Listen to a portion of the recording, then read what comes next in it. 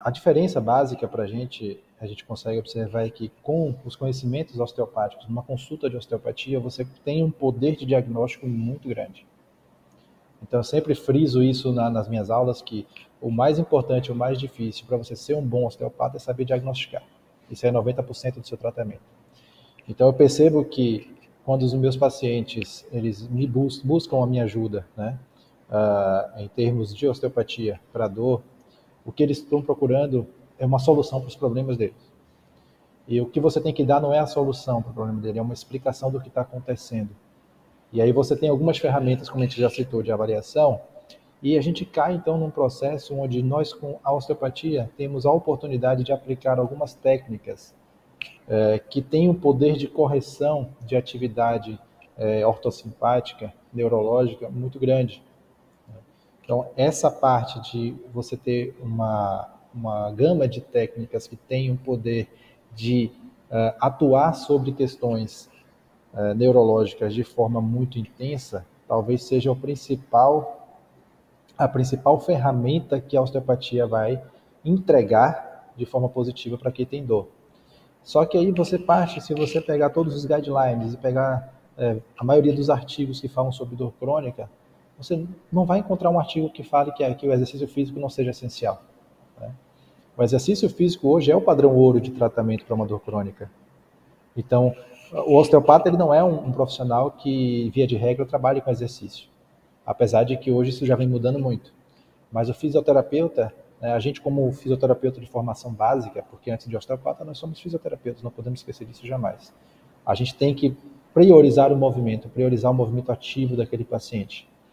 Então, a principal diferença para mim está em como você interage com o paciente, quais técnicas você pode aplicar, sendo que as duas se complementam.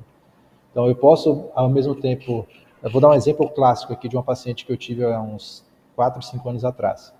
40 e poucos anos, jovem, uma dor crônica absurda, de não sei quantos anos, eu não vou me lembrar agora, com problemas psicoemocionais terríveis, né, com teste de questionário de sensibilização central positivo, teste de somação temporal positivo, ou seja, já indicando uma dor nociplástica ali provavelmente presente. E a gente entrou com o trabalho de educação em dor associado à osteopatia. Por que eu não entrei com exercício diretamente? Eu tentei, mas ela não suportou. Eu tentei com ela, caminha 10 minutos por dia. Ela tinha um disparo de dor muito grande. Caminha 5 minutos por dia, disparo de dor muito grande. Então o que eu fiz? Eu dessensibilizei um pouco o corpo dela, para que ela pudesse suportar 5 minutos de caminhada dentro d'água, para depois evoluir, como ela faz hoje, musculação e pilates. Então, a osteopatia, na minha humilde opinião, entra nesse primeiro processo.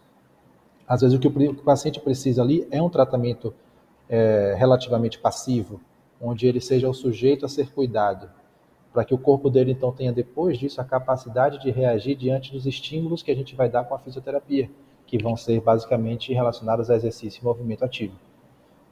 Perfeito? Para mim a diferença está justamente como você vai interpelar o seu paciente, como você vai agir sobre o seu paciente. Cada um vai ter o seu momento. Às vezes o paciente nem precisa da osteopatia. Ele chega para você, você observa, faz toda a triagem, toda a avaliação e observa que o que ele precisa é movimento, você já encaminha direto para o setor de reabilitação. É muito comum isso acontecer, inclusive. Da mesma forma que aqui na clínica, por exemplo, chegam pacientes que vão procurar reabilitação. A fisioterapeuta lá, a Ed, ela avalia, ela é osteopata também, mas ela já avalia lá na reabilitação e fala, não, ó, você precisa de osteopatia também. Procura lá Youssef, procura o Pablo, procura, enfim, qualquer pessoa que possa te ajudar nesse processo. É isso aí. Ô, Thiago, como é que faz para juntar tudo? Pode. Vai lá. Posso só complementar uma coisa que você falou, que foi muito legal? Ele falou sobre a nossa capacidade de entender isso e identificar para onde aquele paciente vai naquele momento. Isso é uma coisa muito importante para a gente e importante saber que em alguns momentos o paciente pode regredir. Aquele paciente pode estar em uma condição linear, ele está reduzindo, ele está reduzindo, ele está reduzindo, ele está reduzindo. Em algum momento, aquela dor que vinha reduzindo pode subir. E na hora que ela sobe, tá, no meio do processo terapêutico, ter ferramentas manuais como a osteopatia me permite trabalhar com esse paciente de maneira mais incisiva, mais aguda, eu enxergo dessa maneira, para que ele volte à condição anterior e volte a reduzir a percepção de dor ao longo do tempo.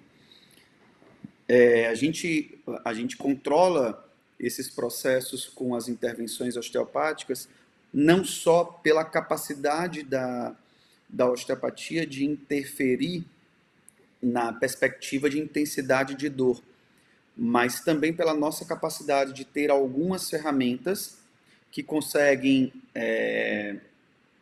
através do toque terapêutico principalmente, reduzir o nível de estresse desse paciente. A gente já tem vários estudos mostrando isso. Reduzir padrões de hiperexcitabilidade de SNA, e aí você começa a reduzir de novo a rotina desse paciente. O próprio Felipe Reis trouxe um estudo de intervenções manipulativas, que na hora que você manipula a torácica de um paciente, você provoca ali um estímulo provavelmente vagal, com um aumento, um pico imediato de estímulo de SNA parasimpático. Então, na hora que eu trago um pico parasimpático, eu automaticamente melhora um pouco mais a tolerância de alguns estímulos desse paciente e consigo intervir através de técnicas manuais em padrões de captura de informação do meu ambiente, né, que é o que o SNA faz. O SNA captura muito as informações do ambiente. E aí eu começo a reduzir a ameaça, reduzir uma série de percepções, reduzir hiperatividade de amígdala cerebral, e isso faz com que eu fique um pouco mais tranquilo, um pouco mais calmo, um pouco menos responsivo aos estímulos externos e retorne à minha condição de redução de dor.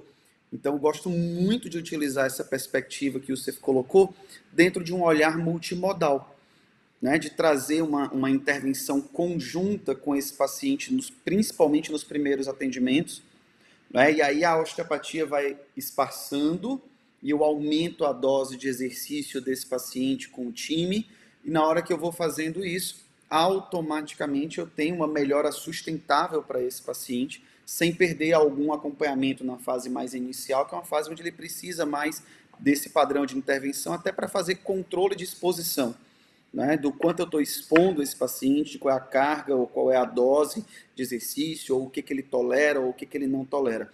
Exercício é fundamental na dinâmica de qualquer paciente com dor crônica, assim como algumas intervenções manuais, assim como algumas intervenções de educação em dor.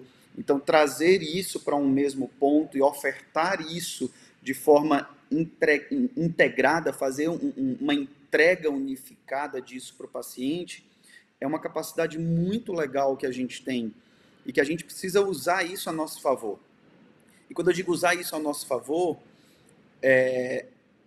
vamos imaginar assim, no Brasil nós temos a oportunidade de utilizar a osteopatia como parte das nossas intervenções, enquanto que em outros países a osteopatia é uma profissão separada. Então, enquanto fisioterapeuta, eu não posso utilizar rotinas da osteopatia. E aqui no Brasil a gente tem essa oportunidade, então que a gente possa trazer isso para perto e usar na nossa rotina e fazer disso um ponto forte, né? Utilizando e somando expertises, somando possibilidades para o nosso paciente.